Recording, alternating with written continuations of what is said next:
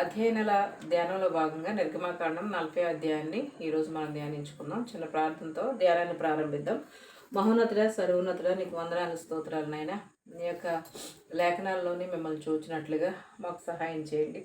మా మనసులు తెరిచి దేవుని గురించిన జ్ఞానమును ప్రభా మేము గ్రహించినట్లుగా మాకు తోడే అన్న పరిశుద్ధాత్మ తండ్రి మాకు బోధించి సత్యమును గ్రహించుటకు సహాయం చేసి ప్రతి మనసును ప్రతి హృదయమును సత్యమందు ప్రతిష్ఠించి నడిపించమని యేసునామములో వేడుకుంటున్నాను తండ్రి.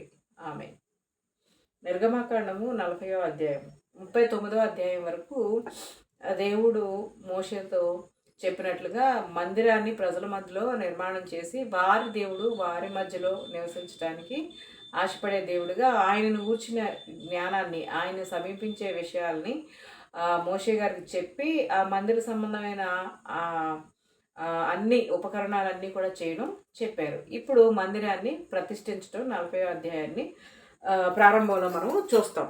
మరియు యెహోవా మోషేతో ఇట్లనెను, మొదటి నెలలో మొదటి దినమున నీవు ప్రత్యక్షపు గుడారాన్ని నిలబెట్టాలి. మొదటి నెలలో మొదటి దినం అంటే వాళ్ళు బయలుదేరిన ప్రయాణం ఐగుప్తు నుంచి బయలుదేరినటువంటి సంవత్సరం గడిచింది. ఈ సంవత్సరంలో 2 సార్లు 40 దినాలు మోషే ప్రభు సన్నిధికి వెళ్ళి ప్రభు నేర్పించినవి, ఆయన కూర్చున్న జ్ఞానము, ఆయన మోషే గారికి బయలుపరిచిన విషయాలు ఆయన చూసి ఆయన ఆజ్ఞలు, ఆయన కట్టడలు, ఆయన విధానాలు, ఆయన మందిరము దాని విధానము అవన్నీ కూడా దేవుడి దగ్గర నుంచి వర్తమానాన్ని తీసుకొని ప్రజల మధ్యలోకి అయినా వచ్చారు. మిగిలిన కాలం కూడా వాళ్ళని ఆహారం ఇస్తూ పోషిస్తూ అరణ్యంలో అనేకమైన సంఘటనలు జరిగింది. మనం చూసాం ఈ 39 అధ్యాయాల్లో. ఈరోజు వారి దేవుడు వారి మధ్యలో మందిరాన్ని ప్రత్యక్షపు గుడారాన్ని ప్రతిష్ఠించమని చెప్పారు. ఆ యొక్క సాక్ష్యపు మందసంలో ఏమేమి పెట్టాలి, ఎలా పెట్టాలి అనే విధానాన్ని ఈ అధ్యాయంలో మనం చూస్తాం. దీపస్తంభాన్ని లోపలికి తెచ్చి దాని ప్రదీపాలని వెలిగించాలి. అలాగే ఈ ప్రత్యక్షపు గుడారపు మందిర ద్వారం ఎదుట దహన బలిపీఠాన్ని ఉంచాలి. ప్రత్యక్షపు గుడారం తర్వాత బలిపీఠానికి మధ్యలో గంగాళాన్ని ఉంచాలి. తర్వాత ఆవరణం యొక్క తెరలను సమకూర్చి దానికి ద్వారానికి తెర వేయాలి. దహన బలిపీఠాన్ని అభిషేకం చేసి ఆ బలిపీఠాన్ని దహన బలిపీఠాన్ని కూడా ప్రతిష్ఠించాలి. దాని ఉపకరణాలన్నీ కూడా అభిషేకించి ప్రతిష్ఠించాలి. అప్పుడు అది పరిశుద్ధమైందిగా అది పరిశుద్ధమైందిగా ఉంటుంది. అంటే బలిపీఠాన్ని కూడా ప్రతిష్ఠించి అది పరిశుద్ధమైన బలిపీఠం అని చెప్పి వాళ్ళకి తెలిసేటట్లుగా దాన్ని ప్రతిష్ఠించారు, అభిషేకం చేశారు. అదన్నీ ఇశ్రాయేల్ ప్రజలంతా కూడా ఈ విధానాన్ని చూస్తూ దానిలో వాళ్ళు కూడా దేవుడు నియమించిన వారి ప్రకారము ఆ పనిలో ప్రజలు సహకరించారు. తర్వాత ఈ యొక్క దహన బలిపీఠానికి కూడా అభిషేకము చేశారు. దహన బలిపీఠానికి అభిషేకం చేసి ఆ పీఠాన్ని కూడా ప్రతిష్ఠించారు. దహన బలిపీఠం అంటే దానిలో మొదటగా గుడారము చుట్టూత గుడారం ఉంటుంది. తర్వాత పరిశుద్ధ స్థలం, అతి పరిశుద్ధ స్థలం 3 భాగాలుగా ఆ మందిరం ఉంది. ఆ పరిశుద్ధ స్థలానికి సమీపించేటప్పుడు పరిశుద్ధ స్థలానికి ఆవరణం యొక్క ద్వారానికి మధ్యలో మొదటగా లోపలికి రాగానే దహన బలిపీఠం ఉంటుంది. ఆ బలిపీఠం తర్వాత గంగాళం ఉంటుంది. ఆ గంగాళంలో శుద్ధి అయిన తర్వాత అప్పుడు దేవుని యొక్క పరిశుద్ధ స్థలంలోకి ఆ యాజకులు ప్రవేశిస్తారనమాట. అందరూ దాంట్లో ప్రవేశించరు. అయితే ఈ బలిపీఠం మీద దహన బలిపీఠాన్ని కూడా అభిషేకించారు, దాన్ని కూడా ప్రతిష్ఠించారు. దీని గురించి మనం క్రొత్త నిబంధన సంఘంలో అంటే పాత నిబంధన మందిరము ఛాయ, కొత్త నిబంధన మందిరము వాస్తవం. నిజమైన అసలు దేవుడు నివసించే మందిరం భవిష్యత్తులో మనము చూస్తాం. ఇప్పుడు మనము దేవునికి ఆలయాలు. ఈ ఆలయాల్లో శుద్ధీకరణ అనేది జరగాలి. మనసు సాక్షిగా జరగాలి, హృదయానికి శుద్ధి జరగాలి, శరీరం కూడా శుద్ధీకరించబడి ప్రతిష్ఠించబడాలి కదా. ప్రతిదీ కూడా యేసుక్రీస్తు ప్రభువారు క్రొత్త నిబంధనలో విశ్వాస యొక్క ఆత్మ శరీరం కూడా శుద్ధీకరించబడాలి. ఎందుకంటే ఇప్పుడు మన ప్రాక్టికల్ లైఫ్ బైబిలు ఆ రోజు నిర్గమాకాండంలో దేవుడు ప్రజల మధ్యకు వస్తే ఎలా ఉంటుంది, దేవుడి పరిశుద్ధత ఎలా ఉంటుంది, దే దేవుణ్ణి ప్రతి మనిషి డైరెక్ట్‌గా ఎలా సమీపించలేరు. ఆయన ఏర్పాటు చేసుకున్నటువంటి ప్రధాన యాజకులు అంటే అహరోను, అతని వంశం వాళ్ళు ఏ విధంగా ఎలాంటి వస్త్రాలతో అతి పరిశుద్ధ స్థలంలో ప్రవేశించాలి. అక్కడ గాని దేవుని పరిశుద్ధతకు తగిన పరిశుద్ధత లేకుండా వస్త్రాల్లో గాని ఎక్కడైనా ఏ తేడా జరిగినా అంటే ఆరాధన విధానంలో గాని బలి పశువు దగ్గర ఏదన్నా తేడా ఉన్నా గాని తర్వాత అక్కడికెళ్ళిన ప్రధాన యాజకుడిని తాడు పట్టుకొని బయటికి లాగాలి. అంటే ఇది భయపెట్టడానికి కాదు గానీ, ఓ మనిషి నువ్వు దేవుని పరిశుద్ధమైన స్థానంలో దేవుడు నివసించే స్థలంలోకి వెళ్ళాలి అనంటే, నీకు ఈ విధమైన శుద్ధీకరణ జరగాలి. డైరెక్ట్‌గా నువ్వు దేవునితో ఎళ్ళలేవు. ఎందుకంటే ఏదైనా వనంలో ఆదాము దగ్గర ఆ గ్యాప్ వచ్చేసింది. ఆ గ్యాప్‌ని ఇప్పుడు మళ్ళీ దేవుడే సరిచేయాలనుకుంటున్నాడు. మనిషికి, దేవుడికి మధ్య ఉన్న వ్యత్యాసం. మనిషి దేవుడి ఆజ్ఞలను, మాటలను తిరస్కరించి తిరుగుబాటు స్వభావం కలిగినటువంటి వాడు. దేవుడు పరిశుద్ధుడు. ఆయనకి విధేయత కావాలి, విశ్వాసం కావాలి. ఆయన పరిశుద్ధతకు తగినట్లుగా ఆయన్ని మనం సన్మానించాలి. అయితే మొత్తం అందరూ తగ్గిపోకుంటూ వచ్చారు. మొదటి టైంలో జలప్రళయంలో మలినమైన దురాశలు కలిగి దేవునికి భయపడని జనాంగం హేళన చేస్తూ దేవుడి ఆజ్ఞలను తిరస్కరిస్తూ శరీరానుసారులై ఇష్టం వచ్చినట్టు వాళ్ళ శరీరాలను వాడినందుకు శరీరాలను పాడు చేసినందుకు జలప్రళయంలో నోవా కుటుంబం తప్ప అందరూ మునిగారు. ఆ ప్రపంచం అంతా ఆ విధంగా అయిపోయింది. మళ్ళీ నోవా కుటుంబం ద్వారా వచ్చిన ఈ భూలోకము అబ్రహాం అనే నీతిమంతుడిని ప్రత్యేకపరచుకొని నేను వాగ్దానం ద్వారా అది మళ్ళీ విస్తరించి ఐగుప్తులో పుట్టి పెరిగి అక్కడ వాళ్ళు వృద్ధి చెంది ఒక పెద్ద జనాంగంగా ప్రత్యేకించబడిన ప్రజలుగా బయటకు వచ్చి వాళ్ళ దేవుడు అక్కడ ఉన్నటువంటి ఫరోతో పోరాడి వాళ్ళని తన రెక్కలతో బయట తీసుకొచ్చి ఫరో వెంటాడినప్పుడు సముద్రాన్ని పాయలు చేసి అవతల ఒడ్డుకు తీసుకుని వచ్చి అరణ్యంలో వాళ్ళని నడిపిస్తున్నారు. ఇంకా వాళ్ళు ఆ ప్రయాణంలో మొదటి సంవత్సరంలో ఉన్నారు. మొదటి సంవత్సరాల్లో దేవుడు వాళ్ళ మధ్య ఉండి మిగిలిన ఒడ్డుకి నడిపించడానికి కణానికి నడిపించడానికి వాళ్ళకి కొన్ని ఉండాల్సిన విధానాలు ఏర్పాటు చేస్తున్నారు. భూమి మీద చాలామంది ప్రజలు ఉన్నారు కానీ అప్పటి వరకు దేవుడి దగ్గర నుంచి ధర్మశాస్త్రం ఎవరికీ రాల. మోషే లా ప్రకారం అది పర్వతం మీద 40 దినాలు మంచినీళ్ళు తాగకుండా ఆహారం తినకుండా దేవుడి దగ్గర నుంచి మానవులకు ధర్మశాస్త్రాన్ని తీసుకొని వచ్చిన లా అనమాట అది. కాబట్టి దానిని తీసుకొని వచ్చి మీరు వెళ్ళే భూమి మీద ఇలా జీవించాలి, ఈ ధర్మాన్ని అనుసరించి జీవించాలి. అలాగే మీ దేవుడు మోషే ఎటు వెళ్ళిపోయాడో తెలియదు, మాకు ముందు ఒక దేవుడు నడిపించి అన్నారు కదా. దేవుడిని మీరు నడిపించడం కాదు బాబు, అసలు దేవుడు అని కూడా ఉన్నాడు. ఆయన ఎలా ఉంటాడో, ఆయన పరిశుద్ధత ఎలా ఉంటుందని ఈ ఇశ్రాయేల్ ప్రజలకు తెలియడం కోసం ఆయన అక్కడ మందిరాన్ని ఏర్పాటు చేసి ఆ మందిరాన్ని సమీపించే పద్ధతిని మనుషులు లోపల దేవుని మహిమ నివసించే అతి పరిశుద్ధ స్థలం, దాంట్లో ఉండాల్సిన వస్తువులన్నిటిని ఈ యొక్క దీపస్తంభాన్ని, సన్నిధి రొట్టెల బల్లని, దహన బలిపీఠాన్ని వాటన్నిటిని ఏర్పాటు చేసి వాటిని వెలిగించి ఆ రొట్టెలు బల్లను బంగారం పొదిగించి దానిపైన శ్రేష్టంగా ఏమంటారు దానికి ప్రతిష్ఠించబడిన పిండి, దాని కొరకు ప్రత్యేకంగా తీయబడిన నూనె, దానితో ఆ రొట్టెలు చేసే పద్ధతి, పెట్టే పద్ధతి, ఎన్ని రొట్టెలు పెట్టాలి, 12 గోత్రాలకి 12 రొట్టెలు, అలాగా ఒక భవిష్యత్తు. అంటే ఒక్క మాట దేవుడు అక్కడ మోషేకి చెప్పి ఇది చెయ్యి అన్నాడంటే ఆ మాటలో ఇన్ని వేల సంవత్సరాల భూమి లేకపోయేంత వరకు, ఆకాశము లేకపోయేంత వరకు మానవుల యొక్క విధానంలో దేవుని ఏర్పాటు ప్రణాళిక అంతా కూడా లోకానికి తెలిసేటట్లుగా దేవుడు వర్తమాన భూత భవిష్యత్ కాలానికి సరిపడా ఆయన మనసును, ఆయన పద్ధతిని ఈ మందిర నిర్మాణంలోనే దేవుడు క్రీస్తుపూర్వం 1400 సంవత్సరాల్లో వాళ్ళు అరణ్యంలో ప్రయాణమై వస్తున్నారు. ఆ సంవత్సరాలు ప్లస్ క్రీస్తు శకం 2000 సంవత్సరాలు. ఈ అన్ని సంవత్సరాలకు సరిపడా దేవుని ప్రణాళికని మనము అర్థం చేసుకోగలం.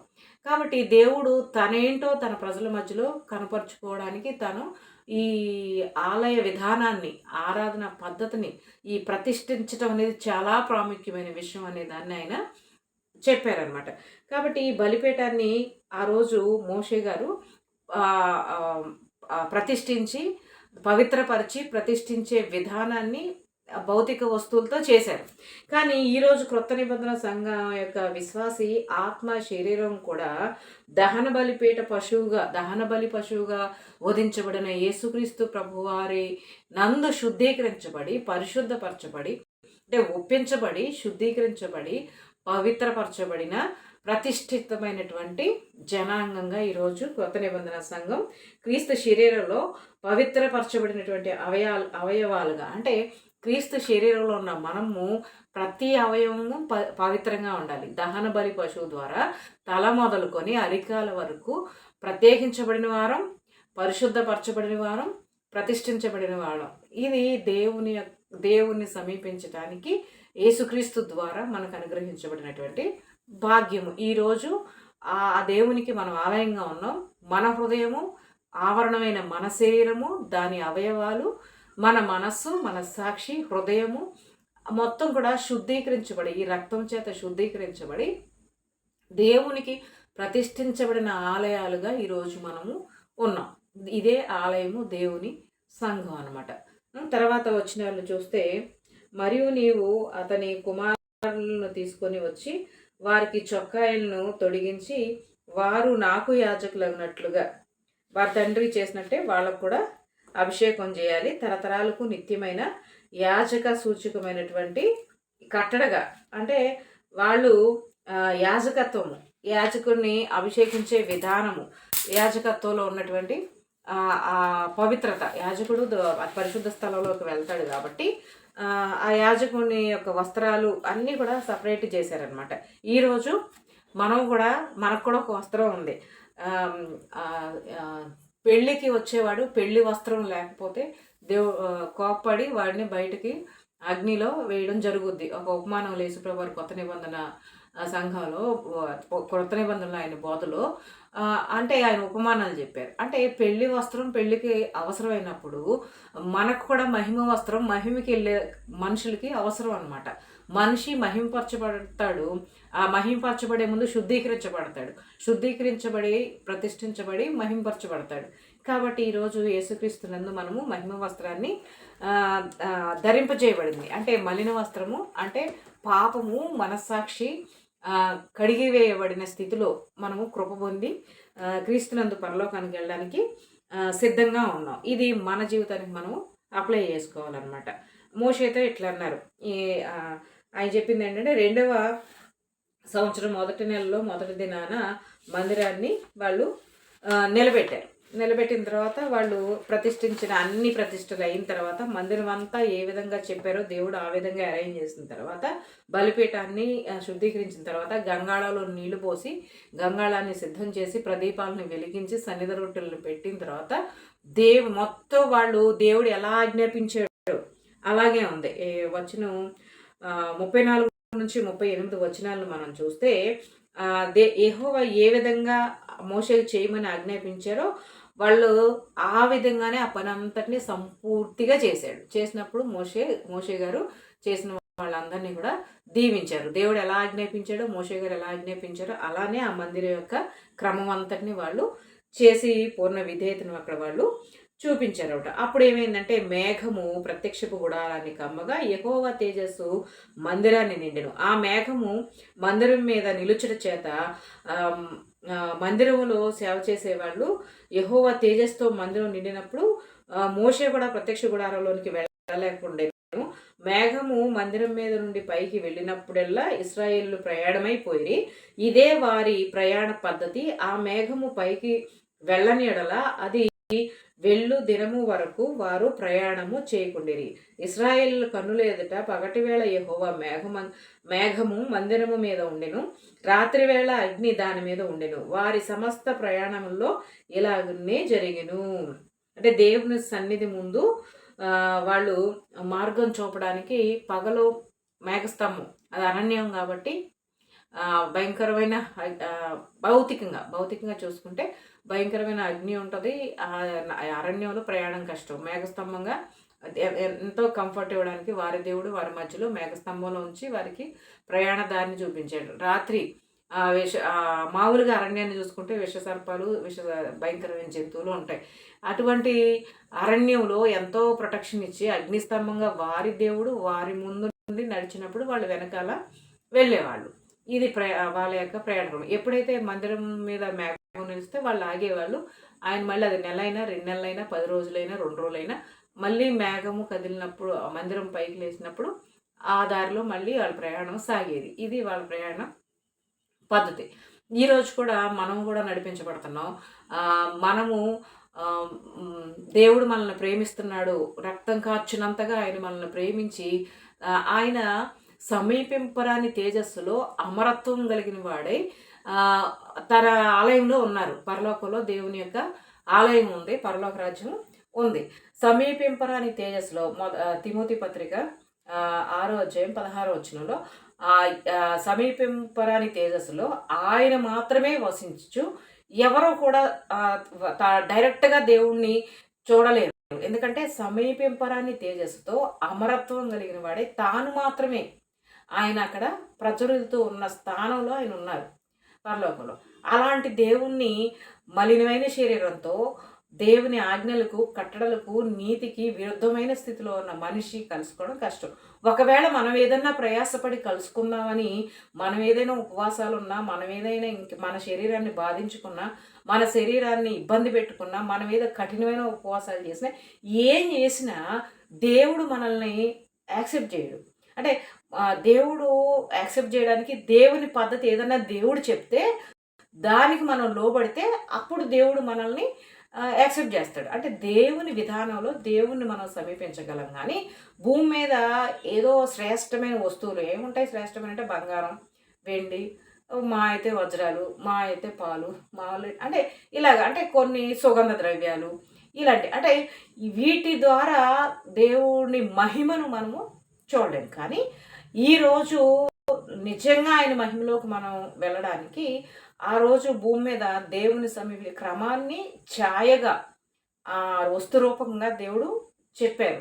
కానీ యేసుక్రీస్తు ప్రభువారి సిలువ బలియాగం తర్వాత దేవుని సమీపించే పద్ధతి ఆ అడ్డ తెర ఆయన సిలువ వేయబడినప్పుడు ఆ ధర్మాలకి అతి పరిశుద్ధ స్థలానికి పరిశుద్ధ స్థలానికి మధ్యలో అడ్డతెర చిరిగింది. కాబట్టి ఈ మధ్యవర్తిత్వం, మనుషుల మధ్యవర్తిత్వం అలా ఉండి దేవుడు యేసుక్రీస్తు ప్రభువారు దేవుడికి మనకి మధ్యలో ఉన్న ఆజ్ఞల ద్వారా దేవుని దగ్గరికి వెళ్ళే పద్ధతి కాకుండా దేవుడే మన మధ్యకి శరీరం, అంటే మహిమలో ఉన్న దేవుని ఒకసారి మనం ఇమాజిన్ చేసుకుందాం. ఆయన శరీరధారి కాదు, ఆయన ఆత్మస్వరూపి, సమస్తమును వ్యాపించున్నారు. సమీపింపరాని తేజస్తో అమరత్వం కలిగి చావనేది లేకుండా దేవుడు ఉన్నారు. అలాంటి దేవుడు అంటే కోటి సూర్యుల కాంతి కన్నా అనే వర్ణన ఉంటుంది. ఈ యొక్క మేఘం యొక్క తేజస్సు మందిరం మీద ఉన్నప్పుడు ఆ మందిరము ద్వారా ఇశ్రాయేలు ప్రజలు ఆ దేవుని యొక్క సన్నిధి ద్వారా వాళ్ళు నడిపించబడుతున్నారు. మోషే ఏం కోరుకున్నారు? ఇశ్రాయేలీలు దేవుడి ఎదుట పాపం చేసినప్పుడు, ఎందుకంటే ఇశ్రాయేలీలు ఐగుప్తు ఆరాధనే వాళ్ళకి తెలుసు. కానీ అబ్రహాం, ఇస్సాకు, యాకోబుల ద్వారా వారికి సర్వశక్తి గల దేవుడు అని చెప్పి వాళ్ళకి ఆయన కూడా బయలుపరుచుకున్నారు. ఆ సర్వశక్తి గల దేవుడిగా వాళ్ళ ప్రయాణాల్లోనూ, తర్వాత వాళ్ళకు వచ్చిన కరువుల్లో, ఆపదల్లో ఫిలిస్తీ రాజులు, ఐగుప్తు రాజుల మధ్యలోకి వాళ్ళు వెళ్ళవలసి వచ్చినప్పుడు సర్వశక్తి గల దేవుడిగా రాజులను గద్దించి వారిని కాపాడారు. అలాగే సర్వశక్తిమంతుడైన దేవుడుగా చుట్టూతో ఉన్న జనాంగాల నుంచి వాళ్ళకి దేవుడు భద్రత కల్పించాడు. ఇస్సాకు, యాకోబులకి ఏదన్నా వాళ్ళని అక్కడ ఫలింపచేసి నిలవబెట్టారనమాట. అంటే సర్వశక్తి కలిగిన దేవుడుగా నిన్ను ప్రేమించే వారిని దీవిస్తాను, నిన్ను దూషించే వారిని శపిస్తాను అన్న వాగ్దానం, అంటే వాగ్దానమే తెలుసు ఆ టైంలో వాళ్ళకి. వాళ్ళు దాన్నే పట్టుకొని పునాదులు గల పట్టణం కొరకు ఎదురు చూస్తూ తర్వాత తరాలకి వాగ్దానం ఇచ్చారు. కానీ ఇప్పుడు మోషే, నీవు నాతో రాకపోతే, నీ సన్నిధి రాకపోతే నేను వెళ్ళను అన్నారు.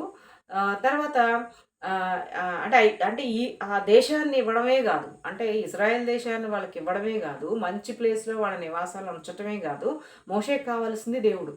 కాబట్టి నీ సన్నిధి నాతో రావాలి, అప్పుడే నేను వెళ్తాను అని అంటే నా దూతను పంపిస్తానని చెప్పినా వినలా. అప్పుడు దేవుడు ఆయనకి యెహోవాగా కనపరుచుకొని, నేను కరుణ కటాక్షాలు కలిగిన దేవుడుగా, అంటే దీర్ఘశాంతం కలిగిన దేవుడుగా, కృప కలిగిన దేవుడుగా, క్షమించే దేవుడుగా బయలుపరుచుకున్నప్పుడు అంటే దేవుడు ఆయన మనవిని అంగీకరించాడు. ఆ కారణం చేత వాళ్ళ మధ్యకొచ్చి వారి దేవుడుగా తను తాను ఆయన అంటే పద్ధతనమాట.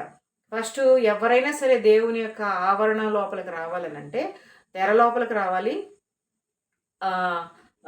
బలిపీఠం మీద వాళ్ళు ధర్మశాస్త్రానికి విరుద్ధంగా అంటే దేవుడు తీర్పు తీర్చినప్పుడు భూమికి గానీ, మనుషులకు గానీ తీర్చినప్పుడు ఎలా తీరుస్తాడు అనంటే, మన రీజన్స్‌ని బట్టి తీర్చడు. మనం పెట్టుకున్న కారణాలను బట్టి తీర్చడు. ఆయన ఆ ధర్మశాస్త్రం ఏదైతే ఆయన ఆళ్ళకి నిర్ణయించాడో దాన్ని బట్టి తీరుస్తాడు. ఇప్పుడు కూడా కోర్టులో కూడా దేన్ని బట్టి తీరుస్తాడు? సెక్షన్స్‌ని బట్టి తీరుస్తాడు తప్ప, మనుషుల మాటలు, పద్ధతులు గాకుండా సెక్షన్స్‌ని బట్టి వాళ్ళు దానికి నిర్ణయించిన దాన్ని ఏస్తారు. అలాగే దేవుని యొక్క మందిరంలో పరిశుద్ధ స్థలంలో దీపస్తంభం ఉంటది. ఆ దీపకాంతి మధ్యలో వాక్యానికి విరుద్ధమైనటువంటి జీవితాలు నిలబడలేవు.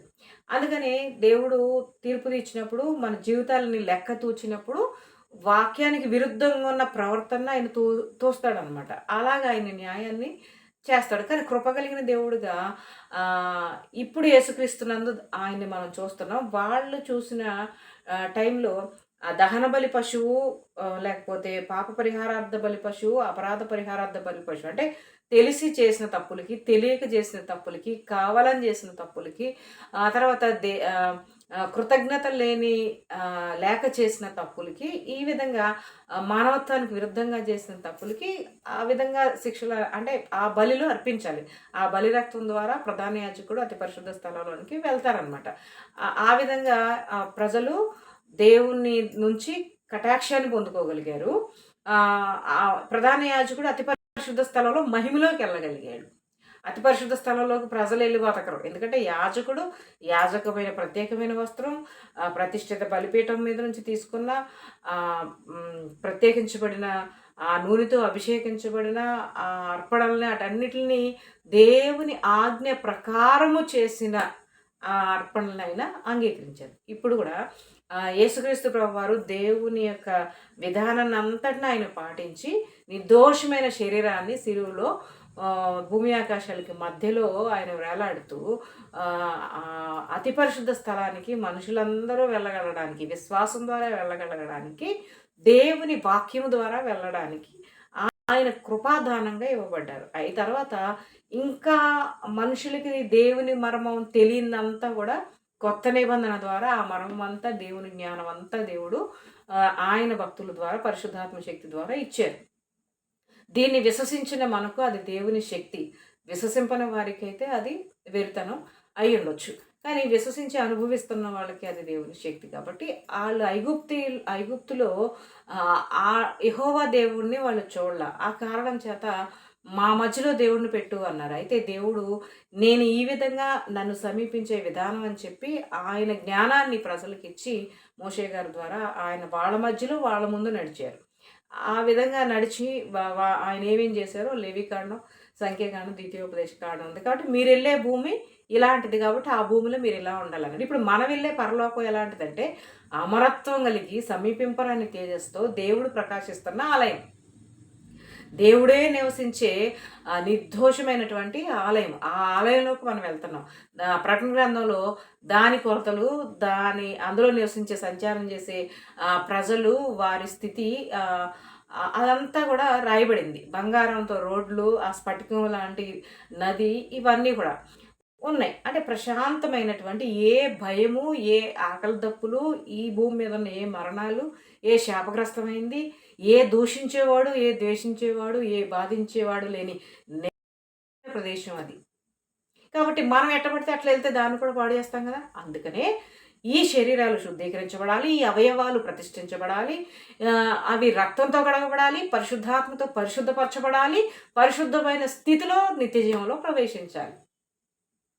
అతి పరిశుద్ధ స్థలంలో నిలవగలిగిన వాళ్ళు యేసుక్రీస్తు ప్రభువారు ప్రధాన యాజకుడిగా అక్షయమైన శరీరాన్ని ధరించి మృతుల్లో నుంచి ఆది సంభూతుడిగా లేచి తన యందు విశ్వాసం ఉంచి మృతుల్లోంచి తిరిగి లేచిన వారందరి పక్షాన అక్కడ ఉన్నారు. కాబట్టి పాపం చేయడం ఒకవేళ అది పొరపాటైతే దాన్ని కడుగుకొని తిరిగి క్రీస్తునందు విశ్వాసంతో బలవంతులు అవ్వడం, పరిశుద్ధపరచబడిన వారు నిత్య జీవానికి వారసులు అవ్వడం. ఇది దేవుడు నియమించిన కట్టడ. ఇప్పుడు క్రీస్తునందు మనం ఆలయంగా ఉన్నాం.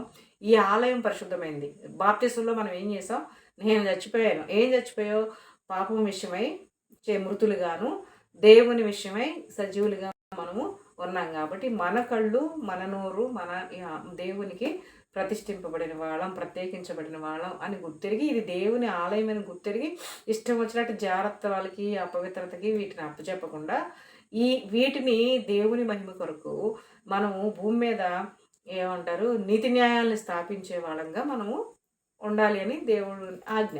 దేవుడు ఆయన రాజ్యంతో వచ్చినప్పుడు తాను పరిశుద్ధపరచబడిన ప్రజల్ని ఆయన తన దగ్గరికి ఒక రాజ్యంగా పోగు చేస్తారనమాట. అది కొత్త నిబంధనలో మనం దాన్ని చూస్తాం. ఆ ఆలయం వారి మధ్య ఉంది. వారి దేవుడు వాళ్ళ మధ్య వాళ్ళని నడిపిస్తున్నారు. అది నిలబెట్టబడిన ఆలయం. ఇప్పుడు నిలబెట్టబడిన ఆలయము యేసుక్రీస్తు ప్రభు వారి మరణం ద్వారా, ఆయన పునరుద్ధానం ద్వారా ఇప్పుడు ఈ ఆలయాల్లో దేవుడు మారు మనసు అనే ఒక కార్యం ద్వారా పాత మనసును గాక పరిశుద్ధపరచబడిన, శుద్ధీకరించబడిన దేవుని ఆత్మచేత శుద్ధీకరించబడి దేవుని ఆజ్ఞల్లో నడిపించేటటువంటి ఎందరు దేవుని చేత నడిపించబడతారో, దేవుని చేత నడిపించబడతారో వాళ్ళు దేవుని కుమారులు అనేది ఒక ప్రత్యేకించబడిన, పరిశుద్ధపరచబడిన, ప్రతిష్ఠించబడిన జీవితానికి అది సరిపోద్ది అనమాట. 8వ అధ్యాయం రోమపత్రిక. కాబట్టి పాప మరణాల నియమం నుంచి విడుదల పొంది జీవమునిచ్చే ఆత్మ నియమంలో నడుస్తున్న పరిశుద్ధమైన దేవుని సంఘంగా ఈరోజు మనం ఉన్నాం.